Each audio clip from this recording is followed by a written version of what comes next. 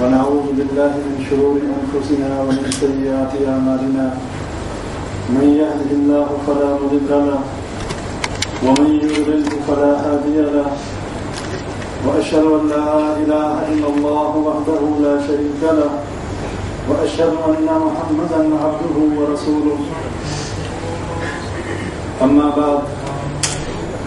أعوذ بالله السميع العليم من الشيطان الرجيم من همزه ونفخه ونفثه بسم الله الرحمن الرحيم يا أيها الذين آمنوا اتقوا الله حق تقاته ولا تموتن إلا وأنتم مسلمون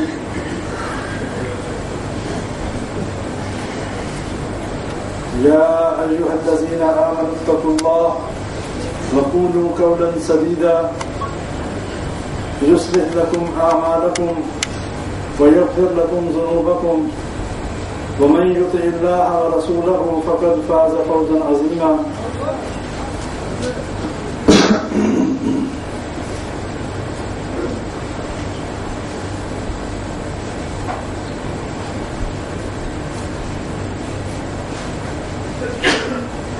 ہمارا آج کا موضوع اللہ تبارک و تعالیٰ کی توفیق سے انہی موضوعات کا تسلسل ہے کہ جو پچھلے کئی جمعوں سے عقیدہ توحید کے حوالے سے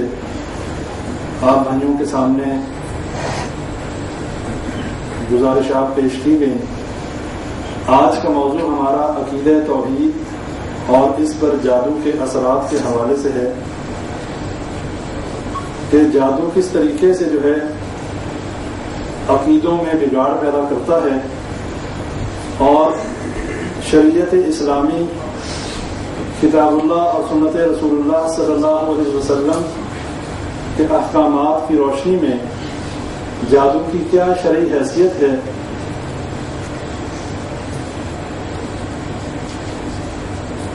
اور آج جن پریشانیوں اور جن افراتفریوں کا ہم شکار ہیں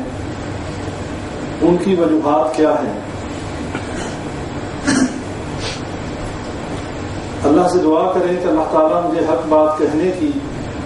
اور ہم سب کو حق بات سننے اور اس پر عمل کرنے کی توفیق عطا فرمائے.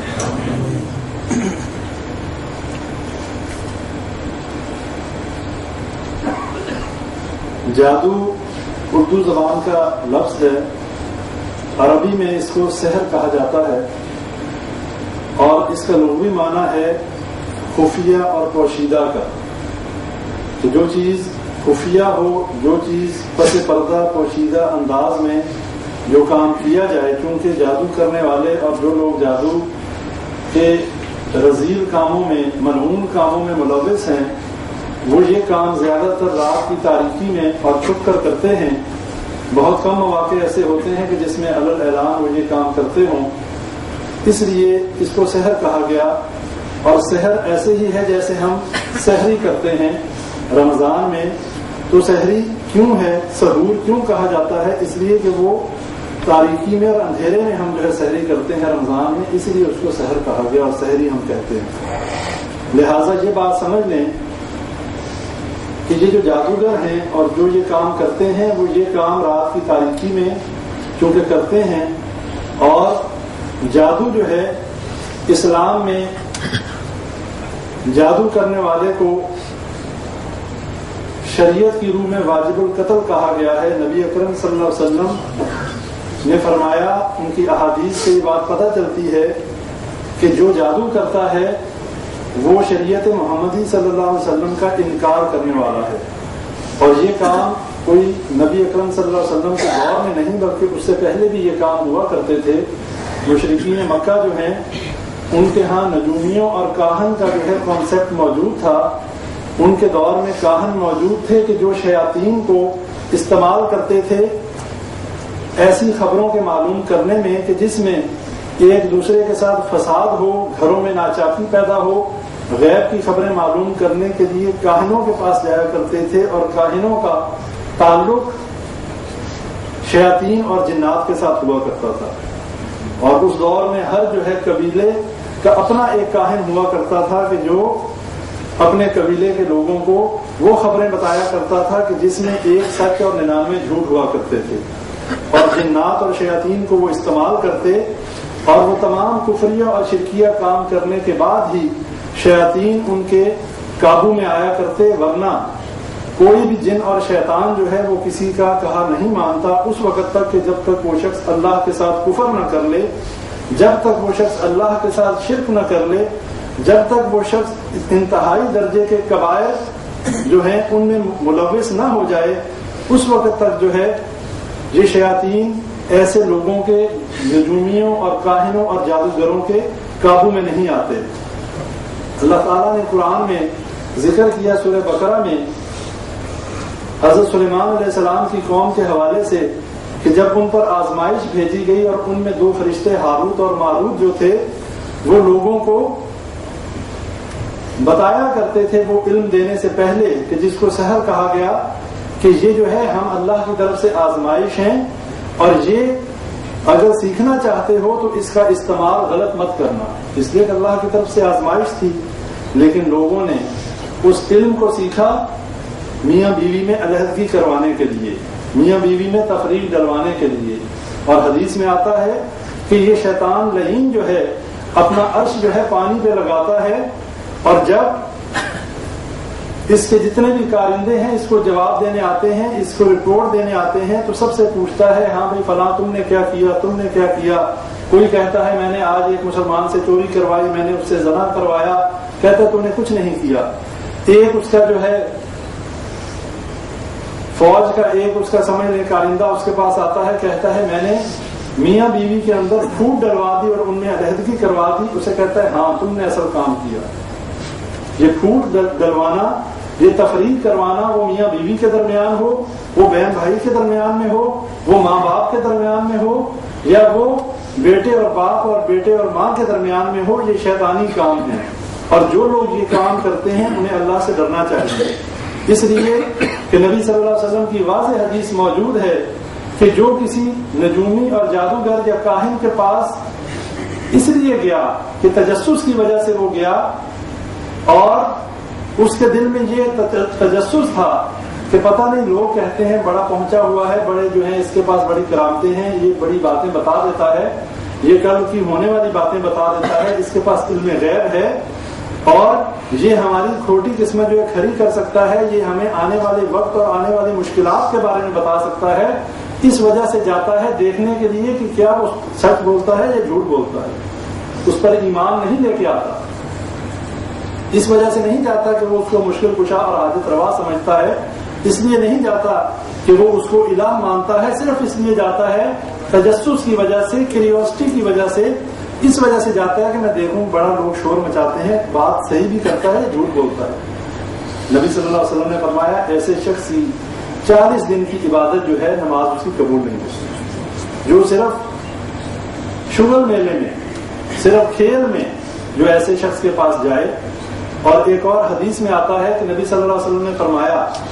کہ جو شخص کسی نجومی اور کاہن کے پاس جائے اور اس کے خبروں کے اوپر ایمان لے آئے، اور اس پر ایمان لے آئے کہ ہاں بھائی یہ سچا آدمی ہے، یہ جو بات کہتا ہے سچی ہے، اس کے پاس ایسے ذرائع موجود ہیں جس سے یہ ہمیں کل کی باتوں کا بتا دیتا ہے، تو نبی صلی اللہ علیہ وسلم نے فرمایا کہ ایسے شخص نے میری شریعت کا انکار کیا، اور شریعت کا انکار کرنے والا بھائیو یہ بات ذہن میں رکھ لے مسلمان نہیں ہوا کرتا۔ جو شریعت کا انکار کر دے وہ مسلمانوں کے دائرے سے نکل جاتا ہے، اس لیے کہ شریعت کا انکار یعنی کہ نبی صلی اللہ علیہ وسلم کی نبوت اور نبی صلی اللہ علیہ وسلم کی تعلیمات اور اس کلام اللہ کا انکار کر دیا اس نے،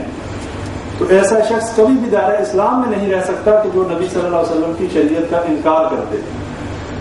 اور اب جو یہ معاملہ ہے اس سے ہمیں یہ بھی پتہ چلتا ہے کہ نبی اکرم صلی اللہ علیہ وسلم کی ذات مبارکہ جو امام الانبیاء تھے، جو تمام نبیوں کے سردار تھے، جو سید الانبیاء تھے، اور جو تمام مخلوقات پر نبی بنا کر بھیجے گئے، نبی صلی اللہ علیہ وسلم کے پاس بھی علم غیب نہیں تھا، اس لیے کہ نبی صلی اللہ علیہ وسلم نے فرما دیا کہ جو اللہ مجھے بتاتا ہے مجھے پتہ چل جاتا ہے، میں کسی بھی بھلائی کا اکٹھا کرنے کا جو ہے بس نہیں رکھتا کہ میں اپنے لیے تمام بھلائیاں اکٹھی کر لوں۔ اور اس کا ذکر اس کا اندازہ اس بات سے لگا لیں کہ نبی اکرم صلی اللہ علیہ وسلم کو یہ بات معلوم نہ ہو سکی کہ جب حضرت عائشہ رضی اللہ تعالیٰ عنہا پر تہمت لگی اور منافقین نے اور کچھ ایسے مسلمانوں نے جو منافقین کی باتوں میں آ گئے اور انہوں نے بھی ان کا ساتھ دیا، نبی اکرم صلی اللہ علیہ وسلم 2 ماہ تک پریشان رہے۔ ہمارے امام الانبیاء کہ جن کا اسوہ حسنہ ہمارے لیے نمونہ ہے، لقد کان لکم فی رسول اللہ اسوۃ حسنہ، کہ نبی صلی اللہ علیہ وسلم کی زندگی ہمارے لیے بہترین نمونہ ہے۔ کبھی کسی نے نبی اکرم صلی اللہ علیہ وسلم کو ہواؤں میں اڑتے ہوئے دیکھا؟ کبھی نبی اکرم صلی اللہ علیہ وسلم نے کبھی کوئی ایسی شعبدہ بازی یا صحابہ کرام نے یا تابعین اور تبع تابعین نے کوئی ایسا کام کیا ہو؟ کرامات جو ہیں وہ برحق ہیں، معجزات برحق ہیں، اس پہ ہمارا ایمان ہے، لیکن یہ کرامات اور یہ معجزات جو ہیں یہ واقع ہوتے ہیں اللہ کے حکم سے، اللہ کے اذن سے، اور جس کے ہاتھ پر یہ معجزہ ظاہر ہوتا ہے وہ بھی اس کو کرنے پہ قادر نہیں ہوتا، اور اس کی بھی مرضی سے وہ معجزہ نہیں ہوتا، کرامت نہیں ہوتی۔ اگر کہیں آپ کا ایسا معاملہ ہو جائے، کسی کو ہوا میں اڑتا ہوا دیکھ لیں، کسی کو جو ہے ایسے کام کرتا ہوا دیکھ لیں کہ جو مافوق الفطرت ہوں، سمجھ لیں یہ کوئی ولی نہیں ہو سکتا، یہ کوئی شیطان ہے، اس لیے کہ یہ کام کرنے والے جو ہیں یہ ولیوں کی نشانی نہیں ہے، یہ اولیاء اللہ کی نشانی نہیں ہے۔ اولیاء اللہ کی نشانی یہ ہے کہ وہ لوگ اللہ سے ڈرنے والے ہیں، وہ خشیت اختیار کرنے والے ہیں، اور ان کے تمام کام اور افعال جو ہیں وہ شریعت کے مطابق ہوتے ہیں، شریعت کے خلاف نہیں ہوتے۔ وہ طہارت اختیار کرنے والے ہوتے ہیں، وہ نمازیں ادا کرنے والے ہوتے ہیں، اور ان کا جتنا بھی معاملہ ہے اللہ قرآن میں سورہ مومنون میں فرماتا ہے قد افلح المؤمنون، کہ بے شک مومن جو ہے فلاح پا گئے، اور وہ کون سے مومن ہیں؟ الذین هم فی صلاتہم خاشعون، جو اپنی نمازوں میں خشیت اختیار کرنے والے، جو اپنی نمازوں میں خشوع اور خضوع اختیار کرنے والے، وہ جو ہیں فلاح پا گئے۔ جو نشانیاں اللہ نے قرآن میں بیان کی ہیں ان کے بارے میں بتایا کہ وہ نمازوں میں خشیت اختیار کرتے ہیں۔ والذین هم عن اللغو معرضون، اور وہ لغو باتوں سے دور رہتے ہیں، لغویات میں وہ نہیں پڑتے، یہ جو ہے دنیا کی معصیت کے کاموں میں مبتلا نہیں ہوتے، یہ دنیا کے جتنی بھی شیطانی کام اور افعال ہیں ان سے دور رہتے ہیں۔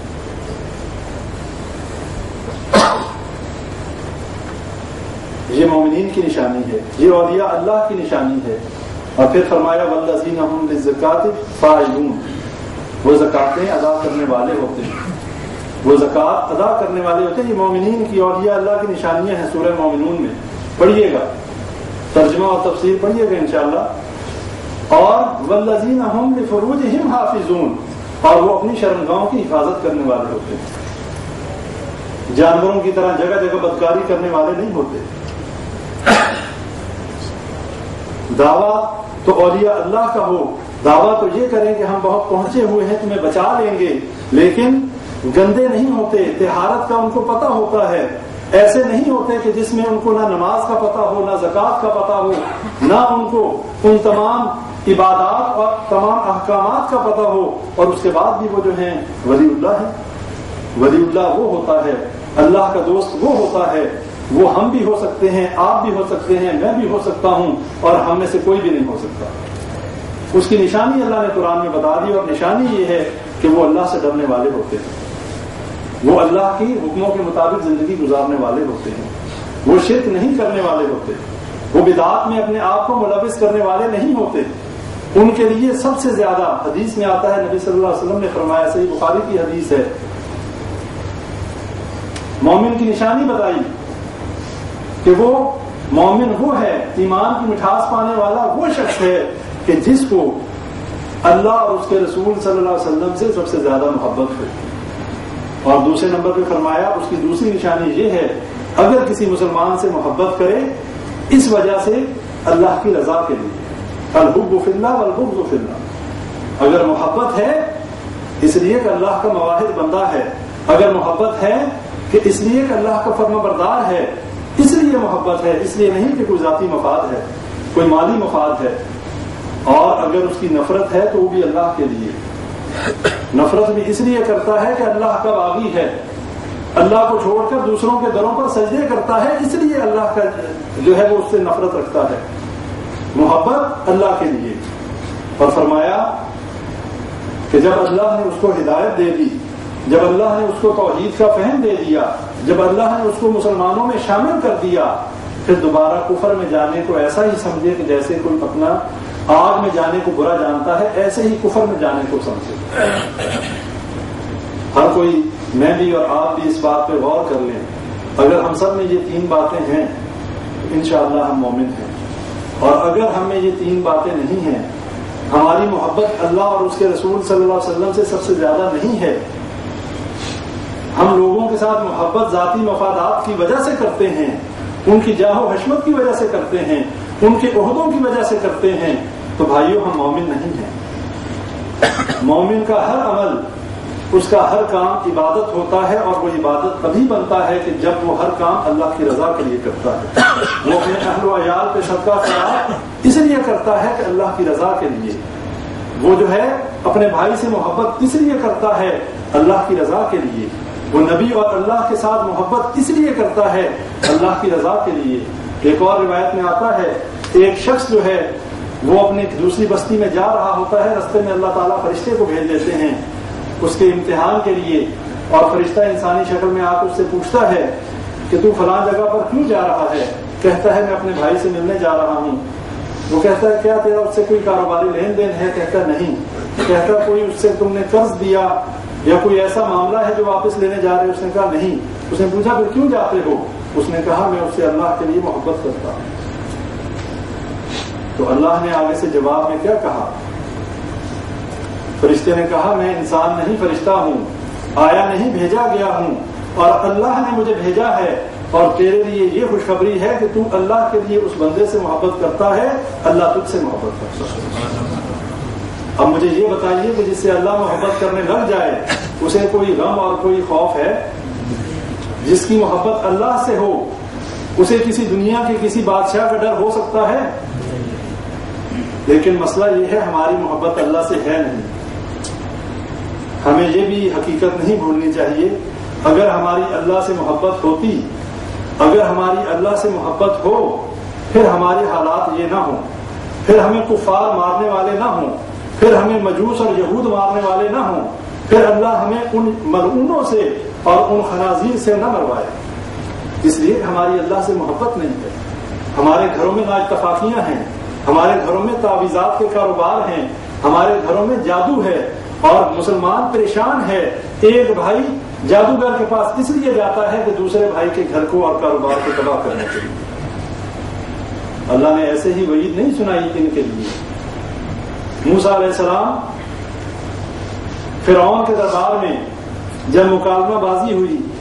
اور فرعون نے بڑے بڑے جادوگروں کو بلا لیا، اس لیے کہ یہود جو تھے وہ جادوگری میں بہت آگے نکلے ہوئے تھے، ان کے پاس جادوگر بڑے بڑے لوگوں کو شبدہ بازی اور دھوکہ دینے کے لیے بڑے سے بڑے جادوگر اور شیاطین موجود ہوتے تھے۔ جب جادوگر آ گئے اور موسیٰ علیہ السلام کے دل میں خوف پیدا ہوا کہ یہ تو جو ہے اب کیسے ان سے مقابلہ ہو، جب انہوں نے اپنا جادو پھینکا، یعنی انہوں نے رسیاں پھینکی کہ جو اژدہوں کی شکل بن گئی اور لوگوں کی نظر بند کر دی انہوں نے شبدہ بازی سے، تو موسیٰ علیہ السلام کے دل میں بھی یہ خوف پیدا ہوا کہ یہ جو سانپ ہیں، یہ جو اژدہے ہیں، ان کا مقابلہ کیسے کروں؟ اللہ نے کہا اے موسیٰ ڈرنے کی بات نہیں، تو اپنا عصا پھینک۔ یہ جو جادوگر ہیں یہ کبھی فلاح پانے والے نہیں، سورہ طٰہٰ کی آیات ہیں، اللہ کہتا ہے یہ جادوگر جو ہے جہاں سے بھی آئے یہ فلاح پانے والا نہیں، تو اپنا عصا پھینک۔ موسیٰ علیہ السلام نے اپنا عصا پھینکا، کیونکہ وہ اللہ کی طرف سے تھا اور وہ تو شیاطین کی طرف سے تھا۔ اس عصا نے ایک بڑے اژدہے کی شکل اختیار کر لی اور ان کے ساری رسیوں کو نکل گیا۔ اب جادوگر اگر تو ہوتے ضد اور ہٹ درمی پہ ڈٹے ہوئے،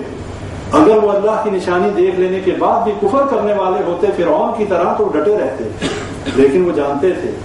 کہ ہم تو جادوگر ہیں، ہماری تو یہ شبدہ بازی ہے، اور یہ جو کام ہوا یہ جادو نہیں ہے، یہ اللہ کی طرف سے ہے۔ فوراً سجدے میں گر گئے اور کہا کہ ہم موسیٰ کے رب پر ایمان لے آئے۔ ادھر فرعون نے جب دیکھا کہ یہ بڑے بڑے جادوگر جن کو میں نے انعام و اکرام کا ان سے وعدہ کر کے ان کو بلایا، انہوں نے میری اجازت کے بغیر انا ربکم الاعلی، میں سب سے بڑا رب اور میری اجازت کے بغیر ایمان لے آئے. ساتھ ہی ان کو ڈرانے دھمکانے لگا کہ میں تمہارا ایک سائڈ کا بازو اور دوسری سائڈ کی ٹانگ کاٹ دوں گا, تمہاری جرت کیسے ہوئی میرے سے پوچھے بغیر ایمان لانے کی. انہوں نے کہا اب جو کرنا ہے کر لے, ہم نے اللہ کی نشانی دیکھ لی اور اب ہم اللہ پر ایمان لے آئے. تو بھائیوں, جب اللہ کی نشانیاں دیکھ لی جائیں, جب یہ کائنات ہمارے سامنے ہے, جب یہ تمام مناظر ہمارے سامنے ہیں, ہمارا جسم جو ہے ہمارے سامنے ہے, اللہ کی نعمتیں ہمارے سامنے ہیں, یہ سارا کچھ دیکھ لینے کے بعد بھی اگر ہم اللہ پر ایمان نہ لائیں تو پھر کتنی ہماری بربادی کی بات ہے, کتنی بدبختی کی بات ہے. اگر پھر بھی ہم اللہ کے حکموں کے مطابق زندگی نہ گزاریں, اگر پھر بھی ہم اللہ تعالیٰ کے تمام احکام جو قرآن میں, جو نبی صلی اللہ علیہ وسلم کی سنت میں موجود ہیں, ان پر عمل نہ کریں تو ہماری بدقسمتی نہیں تو کیا ہے. حدیث میں آتا ہے, نبی صلی اللہ علیہ وسلم نے فرمایا کہ اللہ تعالیٰ جس شخص کے ساتھ بھلائی کا معاملہ کرنا چاہتا ہے تو کیا ہوتا ہے, اس کو آخری عمر میں, یعنی اس کی جو عمر گزر چکی ہوتی ہے, اللہ تعالیٰ اس کو نیکی کی جو ہے توفیق دے دیتا ہے, وہ نیکیاں کرنی شروع کر دیتا ہے اپنی آخری عمر میں. یہ وہ بندہ ہے جس کے ساتھ اللہ بھلائی کرنا چاہتا ہے. جو شخص بھی اپنی 40-50 سالہ زندگی ضائع کرنے کے بعد بھی اللہ کی طرف لوٹ آئے, اللہ کے حکموں کے مطابق زندگی گزارنا شروع کر دے, وہ یہ سمجھ لے اللہ اس کے ساتھ بھلائی کرنا چاہتا ہے. اور جو شخص 40-50-60 سال زندگی گزارنے کے بعد بھی وہ اللہ کی بغاوت سے باز نہ آئے, اللہ کے حکموں کے خلاف چلے, نبی صلی اللہ علیہ وسلم کے فرامین پر عمل نہ کرے, وہ یہ سمجھ لے کہ اللہ تعالیٰ نے اس کے ساتھ خیر خواہی نہیں رکھی. یہی وجہ ہے کہ وہ ابھی تک شیطان کے نقش قدم پر چل رہا ہے. اور اللہ قرآن میں جگہ جگہ کہتا ہے, یا ایھا الذین آمنوا ادخلوا فی السلم کافہ ولا تتبعوا خطوات الشیطان انہ لکم عدو مبین, کہ اے ایمان والو دین میں پورے کے پورے داخل ہو جاؤ. خطاب کس سے ہے؟ ایمان والوں سے. یعنی اللہ کو پتا ہے کہ ایمان کا دعویٰ کرنے والے ہیں لیکن پھر بھی ایماندار نہیں, اسی لیے اللہ کہہ رہا ہے ایمان والو دین میں پورے کے پورے داخل ہو جاؤ. آدھا تیتر آدھا بٹیر بننے کی ضرورت نہیں ہے. کبھی نماز پڑھ لی اور کبھی چھوڑ دی, کبھی روزہ رکھ لیا اور چھوڑ دیا, دین کا علم کبھی حاصل کیا اور کبھی نہ کیا, توحید کا فہم جو ہے وہ کبھی بات سنی اور کبھی انسنی کر دی. یہ تعلیمات جو ہیں اللہ تعالیٰ قرآن میں دے رہا ہے کہ پورے کے پورے دین میں داخل ہو جاؤ. ولا تتبعوا خطوات الشیطان, اور شیطان کے نقش قدم پر نہ چلنا. اس لیے انہ لکم عدو مبین, اس لیے کہ وہ تمہارا کھلا دشمن ہے. اور نبی اکرم صلی اللہ علیہ وسلم, صحیح بخاری کی حدیث ہے کہ یہ کام جو ہے, جو جادو ہے, یہ نبی صلی اللہ علیہ وسلم کے دور میں بھی اور نبی صلی اللہ علیہ وسلم پر بھی جادو کیا گیا. اور لبیب بن عاصم جو ہے نام آتا ہے یہودی کا, جس نے نبی اکرم صلی اللہ علیہ وسلم پر جادو کیا. ایک چھوٹی بچی کے ذریعے جو ہے کچھ بات نبی صلی اللہ علیہ وسلم کے منگوا لیے اور ان پر اس نے جو ہے یہ شیطانی منتر پڑھ کے اس نے جادو کیا اور نبی صلی اللہ علیہ وسلم پر بھی جادو اثر کر گیا. یہ بات ذہنوں میں رکھ لیں کہ جادو برحق ہے, جادو ہو جاتا ہے, جادو اثر انداز ہوتا ہے. اس سے بچنے کے اللہ تعالیٰ نے تدابیر بتائی ہیں. انشاءاللہ کسی اگلے درس میں جادو سے بچاؤ کے تفصیلاً جو ہے انشاءاللہ اس پہ بات کریں گے. لیکن آج صرف جادو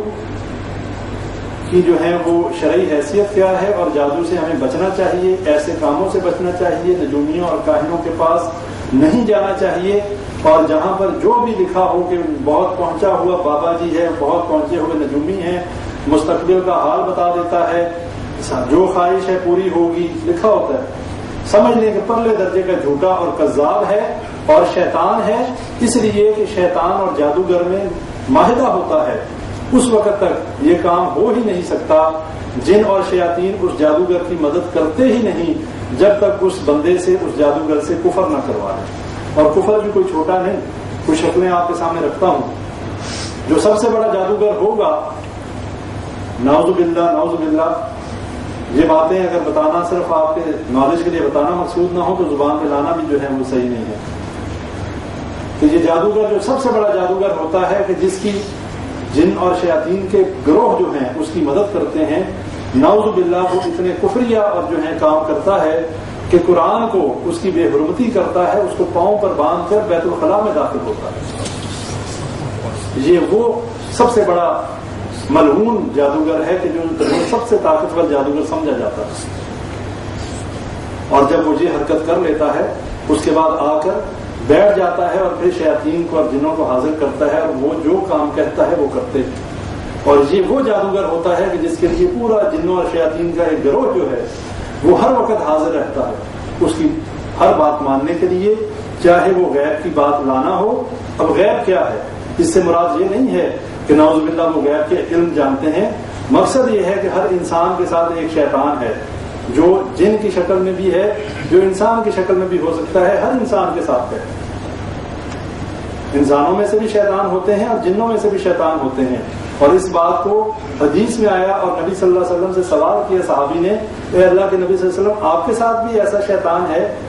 نبی صلی اللہ علیہ وسلم نے فرمایا ہاں میرے ساتھ بھی ہے، لیکن اللہ نے اس کو مسلمان کر دیا اور وہ مسلمان ہو گیا، وہ مجھے برائی کی طرف نہیں لے کے جاتا۔ لیکن ہمارے ساتھ یہ معاملہ نہیں، ہم سب کے ساتھ شیطان ہے۔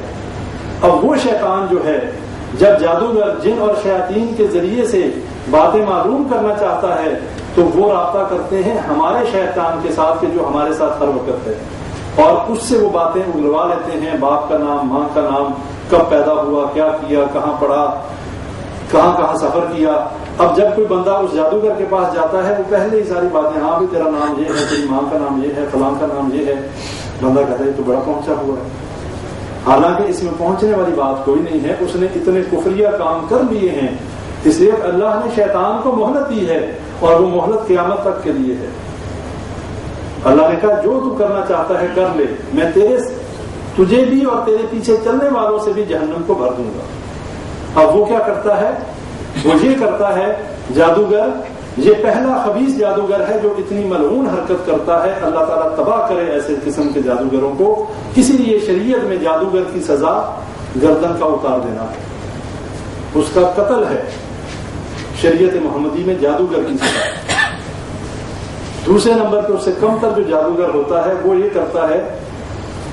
کہ وہ ان شیاطین کو سجدے کرتا ہے، شرک کرتا ہے،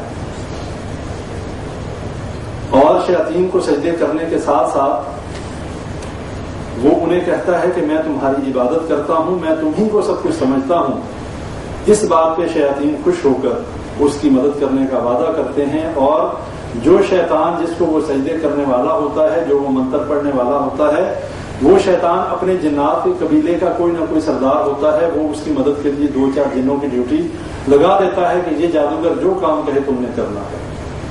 تیسرے نمبر پہ وہ جادوگر ہوتا ہے کہ جو محرمات ابدیہ یعنی ماں، بیٹی، بہن، ان کے ساتھ بدکاری کرتا ہے۔ جب وہ یہ کام کرتا ہے اس کے بعد شیطان خوش ہوتے ہیں، ہاں تو نے بڑا اچھا کام کیا، اس سے خوش ہو کر اس کی باتیں ماننے کو تیار ہو جاتے ہیں۔ اب آپ خود اندازہ لگائیں کہ یہ جتنے میں نے آپ کے سامنے چیزیں رکھی ہیں، یہ ایک مسلمان تو دور کی بات، ایک عقل مند انسان بھی کبھی یہ سوچ سکتا ہے کہ وہ یہ کام کرے۔ اس کا مطلب یہ ہے کہ وہ شیطانی لحاظ سے اس حد درجے تک گر چکا ہے کہ نہ اسے معاشرے کی کسی قسم کے فساد کا کوئی ڈر ہے، نہ اسے اللہ کے عذاب کا ڈر ہے، اور وہ معاشرے کے اندر بگاڑ پیدا کرنے کے لیے بالکل ہمتن جو ہے گوش ہے، اور وہ تمام اپنی انرجیز اور تمام اپنی کاروائیاں جو ہیں وہ اس معاشرے میں فساد ڈالنے کے لیے بروکار لا رہا ہے۔ یہ ہے وہ جادوگر۔ اور اس کے بعد ہوتا یہ ہے کہ جب وہ یہ کام کر لیتے ہیں پھر شیاطین ان کی مدد کرنے کے لیے تیار ہو جاتے ہیں، اور اس کے بعد شیاطین یہ کرتے ہیں کہ جو خبریں اس کو چاہیے ہوتی ہیں وہ جنوں کے ذریعے اس کو پہنچاتے ہیں۔ ہم میں سے ہی ہمارا ہی کوئی بھائی جاتا ہے جادوگر کے پاس، کہتا ہے میرا فلاں بھائی جو ہے اس کے پاس بڑی دولت ہے، اس کا کاروبار تباہ ہو جائے، بابا جی کوئی تعویذ دے دیں، کوئی ایسی چیز دے دیں کہ بیڑا غرق ہو جائے اس کا، اور وہ جو ہے وہ تعویذ دیتا ہے کفریہ شرکیہ منتر پڑھ کے، اور جنوں کی مدد سے وہ اس کو دیتا ہے اور کہتا ہے فلاں جگہ دبا دینا۔ اس سے جو ہے جادو کرنے سے پہلے جہاں پر جادو کرنا ہوتا ہے اگر آپ نے یہ پہچاننا ہے کہ جادوگر کی نشانی کیا ہے تو یقیناً وہ آپ سے آپ کا نام اور آپ کی ماں کا نام پوچھے گا۔ اور جس پہ آپ نے جادو کروانا ہے اس کی ماں کا نام اور اس کا نام پوچھے گا، یا اسے کہے گا کہ اس کی کوئی استعمال کی چیز لا کر دو، اس کی ٹوپی، اس کی قمیض، اس کی کوئی بھی ایسی چیز جو اس کے زیر استعمال ہو، یا پھر کسی ایسے جانور کو بسم اللہ پڑھے بغیر ذبح کرے گا اور وہ ہوگا کالے رنگ کا۔ یہ کالے رنگ کی حیثیت بھی سمجھ لیں، جنات کے نزدیک یہ کالا رنگ جو ہے یہ بہت زیادہ مرغوب ہے، وہ کالے رنگ کو بہت پسند کرتے ہیں۔ یہی وجہ ہے کہ جو لوگ یہ کام کرواتے ہیں، کہیں پہ کالے بکرے دلواتے ہیں، کہیں پہ کالے مرغے دلواتے ہیں، یہ بھی ذہن میں رکھیں، وہ کوئی شرعی کام کرنے کے لیے نہیں ہوتا، وہ کرتے یہ ہیں کہ اس کو بسم اللہ پڑھے بغیر ذبح کرتے ہیں اور اس کو کسی اندھیرے کنویں میں کہیں پھینکوا کر اس کا خون جو ہے وہ اس بندے کے اوپر ملا جاتا ہے اور اس کے بعد اس کے اوپر جادو کے جو ہے کاروائی شروع کی جاتی ہے۔ اور یہ جادو ایسی نحوست والا کام ہے کہ ہرے بھرے گھروں کو اجاڑ دیتا ہے، اور یہ تمام کام اللہ نہ چاہے تو نہیں ہو سکتا، اللہ کی مرضی کے بغیر کچھ نہیں ہو سکتا، اور جب اللہ چاہتا ہے تو یہ کام ہوتا ہے۔ اور اللہ کیوں چاہتا ہے؟ اس لیے اللہ کو منظور ہوتا ہے اس شخص کی یا تو اصلاح یا اس کو عذاب۔ جب وہ اللہ کا باغی ہوگا، اللہ تعالیٰ چاہتا ہوگا کہ شاید کسی طریقے سے میرے اوپر ایمان لانے والا بن جائے اور میرے حکموں کے مطابق زندگی گزارنے والا بن جائے، اور یا مقصود یہ ہوگا کہ اس کو تھوڑا سا مزہ دکھایا جائے اس کی حرکتوں کا، اس کا ساری زندگی کا جو فلسفہ ہے وہ زندگی اللہ کے حکموں کے بغیر گزر رہی، اللہ کے حکموں کے خلاف گزر رہی، شریعت کے اصولوں کے خلاف گزر رہی، نماز پڑھتا نہیں، روزہ رکھتا نہیں، شریعت کے اوپر، شریعت کے احکام پر عمل نہیں کرتا، اپنے گھر والوں کو نیکی کا حکم نہیں کرتا، گھر میں بے حیائی اور فحاشی کا بازار گرم ہے لیکن اس کو غیرت نہیں آتی، گھر میں تمام وہ کام ہو رہے کہ جو شرکیہ بھی ہیں، جو بے حیائی والے بھی ہیں۔ نبی صلی اللہ علیہ وسلم نے فرمایا جنت میں دیوس نہیں جائے گا، اور اس دیوس عربی کا لفظ ہے، اردو میں اس کا مطلب ہے بے غیرت۔ تین قسم کے لوگ اللہ کے نبی صلی اللہ علیہ وسلم نے فرمایا جنت میں نہیں جائیں گے، ایک دیوس نہیں جائے گا، دوسرا بوڑھا ہو، عمر اس کی اب گزر چکی ہو پھر بھی بدکاری کرنے والا، یعنی کہ عمر اب ایک جوان کوئی کرے تو اس کے پاس پھر کوئی جسٹیفیکیشن ہے، لیکن بوڑھا ہو گیا پھر بھی بدکار ہے، فرمایا ایسا بھی جنت میں نہیں جائے گا۔ اور پھر فرمایا غریب ہو اور بہت زیادہ آکڑ خان ہو، اکڑ ہو، امیر اکڑے تو کسی وجہ سے اکڑتا ہے، اگر بادشاہ میں اکڑ ہو تو اس کی بادشاہت کی وجہ سے، لیکن غریب ہے، کھانے کے لیے اس کے پاس کچھ نہیں پھر بھی اکڑ ہے۔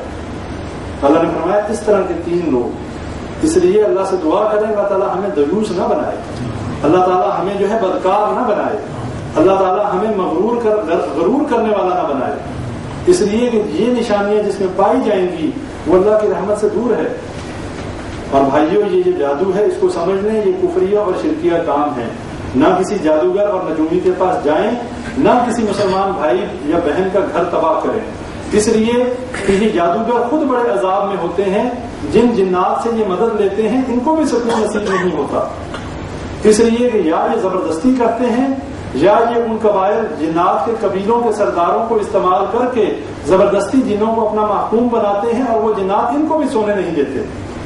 جادوگروں کی شکلیں دیکھیں گے تو نحوست ہوگی اور ان کی شکلوں کے اوپر ایک انتہائی تاریخی ہوگی، اس لیے کہ ان کے گھروں میں اپنے ناچاکی اور جو ہے بدسلوکی ہوتی ہے، ان کی اپنی اولاد جو ہے ان کو یہ مار دیتے ہیں جنات، ان کے بیویوں کے پیٹ میں جو ہے حمل جو ہوتے ہیں ان کو گرا دیتے ہیں۔ اور کئی ایسے واقعات ملتے ہیں کہ جادوگر صرف اس وجہ سے یہ دھندا چھوڑتے ہیں کہ ہماری اولاد تو ہو، ان کی اولاد ہی نہیں ہوتی، اس لیے کہ جو جنات ہیں جہاں دوسروں کو نقصان پہنچاتے ہیں اس جادوگر کے کہنے پہ، اس جادوگر کو خود بھی نقصان پہنچاتے ہیں۔ میں ایک کتاب پڑھ رہا تھا اسی موضوع پہ، اس میں ایک صاحب جو شرعی طریقے سے جنات کا علاج کرنے والے، جادو کا علاج کرنے والے، یہ بات بھی بتا دوں کہ جادو اگر کسی پر ہو جائے تو اس کا شرعی حل بھی موجود ہے اور اس کا غیر شرعی حل بھی ہے کہ جو نہیں کرنا چاہیے۔ نبی صلی اللہ علیہ وسلم نے واضح طور پہ منع فرمایا اگر کسی پر جادو ہو جائے تو جادو کا علاج جادو سے نہ کیا جائے، یعنی کہ اگر ایک جادوگر نے جادو کیا، اب یہ نہیں کہ دوسرے جادوگر کے پاس چلے جائیں کہ وہ فلاں جادو ہو، فلاں نے جادو کیا ہے آپ اس جادو کا توڑ نکالیں، جادو کا علاج جادو سے نہیں ہونا چاہیے، یہ منع ہے اسلام میں. ہاں جو صحیح طریقہ ہے وہ یہ ہے کہ قرآن سے جادو کا علاج کیا جائے. قرآن ہمارے پاس شفا ہے, قرآن ہمارے پاس جو ہے رشد و ہدایت کا سرچشمہ ہے. اللہ تعالیٰ نے فرمایا کہ اس قرآن کو جو ہے میں نے مومنین کے لیے شفا بنایا ہے, اور جو حد سے تجاوز کرنے والے ہیں ان کے لیے یہ جو ہے گمراہیت کا سبب ہے. اس لیے شرعی علاج یہ ہے کہ جو قرآن کی تلاوت کی جائے ایسے شخص کے اوپر کہ جس کے اوپر ایسا اثر ہو, اور اس میں جو مشہور آیات جو ہیں جو اس کے لیے جو ہے بہت زیادہ موضوع ہیں, اس میں سورہ فاتحہ بھی ہے. اس کی ابتدا سورہ فاتحہ اور سورہ بقرہ کی ابتدائی 5 آیات اور سورہ بقرہ کی آخری آیات آیت الکرسی, اسی طرح جو کل پڑھے جاتے ہیں یہ سورہ جو ہے وہ اور صورتوں کی آیات ہیں. یہ تمام جو ہیں سورہ رحمان کی آیات ہیں, اسی طرح سورہ جن کی آیات ہیں. تو یہ آیات پڑھ کے اس شخص پر دم کیا جائے, اور اگر کسی عورت کے ساتھ یہ مسئلہ ہو تو جو یہ علاج کرنے والا ہو اس عورت کے ساتھ تنہا نہ ہو بلکہ اس کا محرم جو ہے موجود ہونا چاہیے. اس لیے کہ نبی صلی اللہ علیہ وسلم نے واضح فرما دیا کہ جہاں ایک عورت نہ محرم کے ساتھ ایک بندے کے ساتھ اکٹھی ہو تو تیسرا شیطان ہوتا ہے. لہذا یہ علاج شرعی طور پہ کیا جا سکتا ہے, اور نبی صلی اللہ علیہ وسلم کی احادیث سے ہمیں پتہ چلتا ہے کہ نبی صلی اللہ علیہ وسلم نے خود جو ہے یہ علاج کیا. صحیح بخاری کی حدیث ہے کہ یہ شیطان جو ہے انسانی شکل میں جب چاہیں آ سکتے ہیں. جن جو ہیں 3 اقسام ہیں جنات کی. ایک جن وہ ہیں کہ جن کے پر ہیں اور جو ہواؤں میں اور فضاؤں میں اڑتے ہیں. دوسری قسم جنات کی وہ ہے جو جیسے ہم زمین پہ رہتے ہیں وہ بھی یہاں رہتے ہیں. جیسے یہ علاقہ ہے یہاں پر کھلی جگہوں پہ جنات ہوں گے, وہ بھی یہاں رہتے ہیں اور ہماری ہی طرح, لیکن ان میں فرق یہ ہے ہم انہیں نہیں دیکھ سکتے اور وہ ہمیں دیکھ سکتے ہیں. اور ان کا سفر جو ہے بہت تیز ہے, وہ بہت کم جو ہے وقت میں بہت طویل سفر کر سکتے ہیں, اور وہ چاہیں تو اپنا بھیس بدل سکتے ہیں, وہ انسانی شکل میں آ سکتے ہیں. چاہیں تو ہم ادھر جتنے بندے بیٹھے ہیں اس میں سے کچھ کو نظر آئیں اور کچھ کو نظر نہ آئیں. یہ اللہ تعالیٰ نے ان کو جو خصوصیت دی انسانوں پر, اس لیے کہ جنات انسانوں سے پہلے پیدا کیے گئے, اور جنات نے یہ اللہ سے دعا کی کہ اللہ یہ انسان ہمیں نہ دیکھ سکے, ہم اس کو دیکھ سکیں, اور اللہ نے قبول کر دی. فرشتہ جو ہے وہ نور سے پیدا کیا گیا, اور جنات جو ہیں آگ کے شعلے سے پیدا کیے گئے. آگ کا وہ شعلہ کہ جس میں دھواں نہیں ہوتا, اوپر آپ نے دیکھا آگ کے اوپر لال ہوتی ہے بالکل اوپر سے, اس شعلے سے اس جو ہے جن کو پیدا کیا گیا, اور انسان مٹی سے پیدا ہوا. اب یہ جو ہے تیسری قسم جنات کی وہ ہے کہ جو سانپ اور کتوں کی شکل میں ہوتی ہے. یہ کالے رنگ کا کتا جو ہوتا ہے, اور یہ جو سانپ ہوتے ہیں, نبی صلی اللہ علیہ وسلم نے فرمایا اگر کسی گھر میں سانپ آ جائے تو اس کو وارننگ دیے بغیر ایسے ہی جو ہے وہ آنکھیں بند کر کے نہیں مار دینا چاہیے, خصوصاً سفید رنگ کا جو سانپ ہے. اگر ایسا معاملہ ہو تو اسے یہ کہنا چاہیے, پہلے اسے کہنا چاہیے کہ اگر تو اللہ سے ڈرتا ہے اس گھر سے نکل جا, اور اگر وہ جن ہوگا تو نکل جائے گا, اور اگر سانپ ہوگا تو نہیں نکلے گا, اس کے بعد مارے. جسے کہ تاریخ میں اور حدیث میں واقع آتا ہے, ایک صحابی جو ہے اسی طرح اپنی گھر پہنچا تو دیکھا بیوی گھر سے باہر کھڑی ہے, تو غیرت کی وجہ سے غصے میں اس کو مارنے کے لیے بڑھا, تو اس نے کہا مجھے مارنے سے پہلے اندر دیکھے میں کس وجہ سے باہر کھڑی ہوں. وہ اندر داخل ہوا تو اندر بہت بڑا ایک سانپ بستر پہ بیٹھا ہوا تھا. اس نے جا کے سانپ پر حملہ کیا, اور اس کے بعد جو راوی جو روایت کرنے والا ہے وہ کہتا ہے کہ اس کے بعد یہ نہیں پتا کہ پہلے سانپ مرا یا وہ صحابی مرا, اس لیے کہ نہ وہ سانپ بچا اور نہ ہی وہ صحابی جو ہے وہ بچ سکے. تو نبی صلی اللہ علیہ وسلم نے اس کے بعد فرمایا کہ ایسے معاملے میں پہلے اس کو وارننگ دی جائے, اگر وہ جن ہوگا تو یقیناً چلا جائے گا, اور اگر وہ جن نہیں ہوگا تو وہی رہے گا, پھر اس کے اوپر جو ہے اس کو مارا جا سکتا ہے. تو 3 اقسام میں نے جنات کی آپ کے سامنے پیش کی ہیں. ایک وہ جو فضاؤں میں اڑتے ہیں اور جو زمین پر نہیں ہوتے, ان کے پر ہوتے ہیں, ان کے ہاتھ نہیں ہوتے. ایک وہ جو کتوں اور سانپ کی شکل میں ہوتے ہیں, اور تیسرے وہ جو انسانوں کی طرح زمین پر رہتے ہیں, ان کے قبیلے ہوتے ہیں, اور ان کے باقاعدہ جو ہے ان کے تمام وہی ضروریات اور معاملات ہوتے ہیں جو انسانوں کے ہوتے ہیں, وہ بھی کھاتے ہیں, وہ بھی شادیاں کرتے ہیں. یہ تمام معاملات جنات کے جو کہ زمین پہ رہتے ہیں. اسی طرح پھر ان کی خوراک ہماری خوراک ہی کی طرح ان کی بھی خوراک ہے. ہم جو گوشت کھاتے ہیں اور جو ہڈیاں ہم پھینکتے ہیں, جو ذبح کیا ہوا گوشت ہوتا ہے, ان کی ہڈیاں نبی صلی اللہ علیہ وسلم نے منع فرمایا. حدیث میں ہے کہ گوبر اور کوئی بھی ہڈی اور گوبر سے استنجا نہ کرے, اس لیے کہ یہ جنات کی خوراک ہے. جو ہڈی ہے یہ ان کے لیے اسی طرح ہو جاتی ہے کہ جب ہمیں تو نظر نہیں آتا، لیکن ہڈی ان کے لیے اسی طریقے سے بلکہ اس سے بھی زیادہ گوشت سے بھری ہوئی ان کو ملتی ہے جہاں بھی ہڈی ہوتی ہے۔ ان ہڈیوں کو جن پر اللہ کا نام لے کر ذبح کیا گیا ہو، ان کو گندگی والی جگہ پھینکنا بھی منع ہے، اور یہ گوبر جو ہے یہ ان کے مویشیوں اور ان کے جانوروں کا چارہ ہے۔ یہ اللہ کی حکمت ہے۔ تو کہنے کا مقصد یہ ہے، یہ ساری باتیں بتانے کا مقصد یہ ہے کہ یہ اسی طرح مخلوق ہے جیسے ہم مخلوق ہیں۔ اللہ نے قرآن میں فرما دیا وَمَا خَلَقْتُ الْجِنَّ وَالْإِنسَ إِلَّا لِيَعْبُدُونَ، میں نے جنوں اور انسانوں کو اس لیے پیدا کیا کہ میری عبادت کریں۔ ہماری پیدائش اور جنات کی پیدائش کا مقصد ایک ہی ہے۔ سورہ ذاریات میں اللہ تعالیٰ فرماتا ہے کہ اللہ تعالیٰ کی عبادت کی جائے۔ اس کے بعد یہ انسان ہے جو انسانوں میں بھی بڑے سرکش ہوتے ہیں، بڑے جس کو ہم کہتے ہیں نا یہ تو بڑا شیطان ہے، کیوں کہتے ہیں؟ اس کی سرکشی کی وجہ سے۔ اور یہی معاملہ جنات میں ہے، جیسے جنات میں سرکش ہوتے ہیں اس طرح جنات میں مومن بھی ہوتے ہیں، اللہ سے ڈرنے والے بھی ہوتے ہیں۔ جنات میں مذاہب بھی ہوتے ہیں، ان میں یہودی بھی ہوتے ہیں، ان میں عیسائی بھی ہوتے ہیں، ان میں مسلمان بھی ہوتے ہیں۔ نبی صلی اللہ علیہ وسلم ایک رات جو ہے صحابہ فرماتے ہیں کہ وہ گم ہو گئے، ہم بڑے پریشان کہ شاید کسی نے قتل کر دیا یا کسی نے اغوا کر لیا دشمن نے۔ ہم ساری رات تلاش کرتے رہے، صبح فجر کے ٹائم جو ہے ہم نے ان کو آتے ہوئے دیکھا غار حرا کی طرف سے۔ پوچھا نبی صلی اللہ علیہ وسلم آپ کہاں تھے؟ فرمایا کہ مجھے رات ایک جن مل گیا تو میں ان کے قبیلے میں چلا گیا ان کو دعوت دینے کے لیے، قرآن سکھانے کے لیے۔ یعنی کہ نبی صلی اللہ علیہ وسلم اس سے یہ بھی پتہ چلتا ہے کہ تمام مخلوقات کے لیے نبی بنا کر بھیجے گئے، اور جنات نے نبی صلی اللہ علیہ وسلم پر ایمان لائے۔ اور ایک جن کا واقعہ آتا ہے، ایسا جن نبی صلی اللہ علیہ وسلم کو ملا کہ جو شکل سے ہی نبی صلی اللہ علیہ وسلم نے فرمایا کہ تم مجھے جن لگتے ہو۔ اس نے کہا میں جن ہوں، بہت انسانی شکل میں، بڑا بوڑھا اور نحیف تھا۔ نبی صلی اللہ علیہ وسلم نے پوچھا تمہارے جو ہے شکل و شبہات سے لگتا ہے تمہاری عمر بہت زیادہ ہے۔ اب اس نے عمر کیا بتائی ہوگی؟ اس نے کہا کہ نبی صلی اللہ علیہ وسلم سے کہا کہ میری عمر واقعی زیادہ ہے۔ جب حابیل نے جو ہے قابیل نے حابیل کو قتل کیا تھا، حابیل نے قابیل کو، تو میں اس وقت وہاں پہ پھر رہا تھا۔ اب وہ دور دیکھیں کون سا، اور آج کا دور نبی صلی اللہ علیہ وسلم کا دور دیکھیں، آج سے 1400 سال پہلے۔ تو اس نے کہا کہ میں اس وقت وہیں کے جو باغوں میں پھر رہا تھا جب یہ واقعہ ہوا۔ تو جنات کی اس سے بات یہ پتہ چلتی ہے کہ ان کی عمر بھی بہت زیادہ ہوتی ہے، اور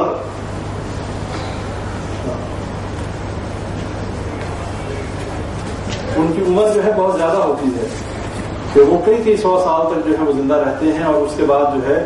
اب ایک جن جو ہے وہ اتنے سالوں سے 100 سالوں سے زندہ تھا۔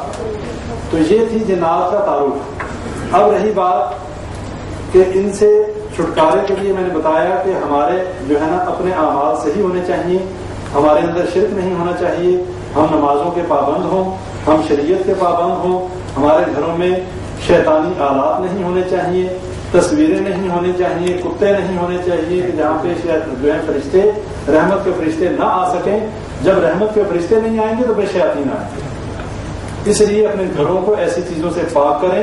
خود طہارت حاصل کریں، خود باوضو رہیں، اور نماز روزے کے پابند رہیں، عقیدہ توحید کو سینے سے لگائیں۔ یہ تمام وہ کام ہیں جو کرنے سے ہم ان جن اور شیاطین سے بچ سکتے ہیں، وہ ہمیں ایذا نہیں پہنچائیں گے انشاءاللہ۔ اب میں آپ کو وہ واقعہ ایک سنا دوں کہ جس میں ایک جو ہے وہ عالم دین نے ایک ایسی عورت کا علاج کیا جس کے اوپر ایک نصرانی جن تھا، یعنی عیسائی جن تھا جس کے اوپر۔ اور جو وہ